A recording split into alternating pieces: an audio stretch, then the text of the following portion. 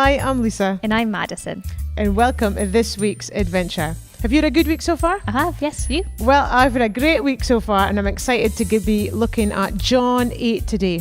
Now, there's a few verses in here that we want to focus on. We're not going to look at a story, but we are going to look at a few verses. So turn your Bibles to John 8 and let's read some of this together.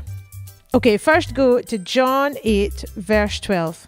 When Jesus spoke again to the people, he said, I am the light of the world. Whoever follows me will never walk in darkness, but you will have the light of life. The Pharisees challenged him, Here you are, appealing as your own witness. Your testimony is not valid. And Jesus said, Even if I testify in my own behalf, my testimony is valid, for I know where I came from and where I am going. But you have no idea where you came from or where you are going. Now we're also going to look a wee bit further down the text at verse 32. Jesus says here, Then you will know the truth, and the truth will set you free. And Jesus goes on in verse 34 and says, Very truly I tell you, everyone who sins is a slave to sin. But in verse 36, Jesus tells us, So if the Son sets you free, you will be free indeed. Okay, so here we see that Jesus is answering a lot of questions from people, and every time he answers with words that really lift people up, words that encourage people.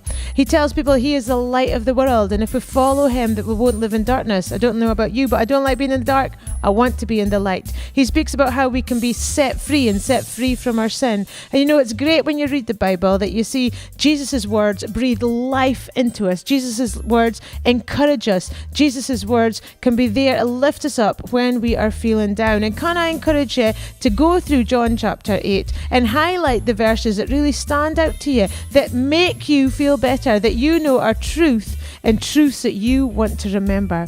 So what kind of challenge can we get from that?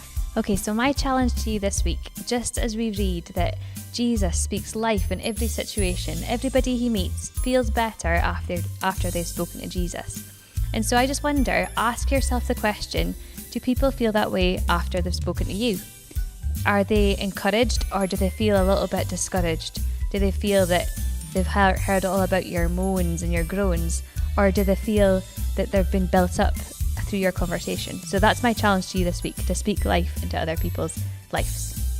Well, I'm looking forward to that. No negative words coming out this week. No. Just encouraging people along the way. Yep.